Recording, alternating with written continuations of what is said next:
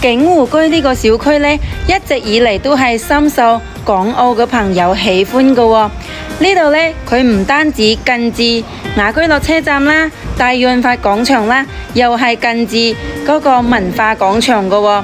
所以呢，一直以嚟都係入住率非常高嘅。呢度呢，除咗樓齡20幾年舊一啲之外呢，其他方面都係非常優質嘅。小區嘅物業管理呢，就係唔使質疑噶啦。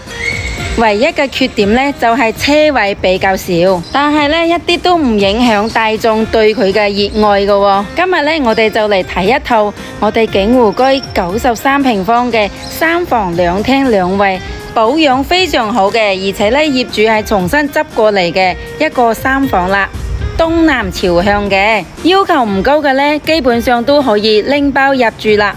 呢一套呢，就比較啱嗰啲唔想坐電梯嘅，只想行樓梯嘅哥哥姐姐啦，因為佢係電梯2樓嘅，而家呢，僅需要53個就可以攞低啦。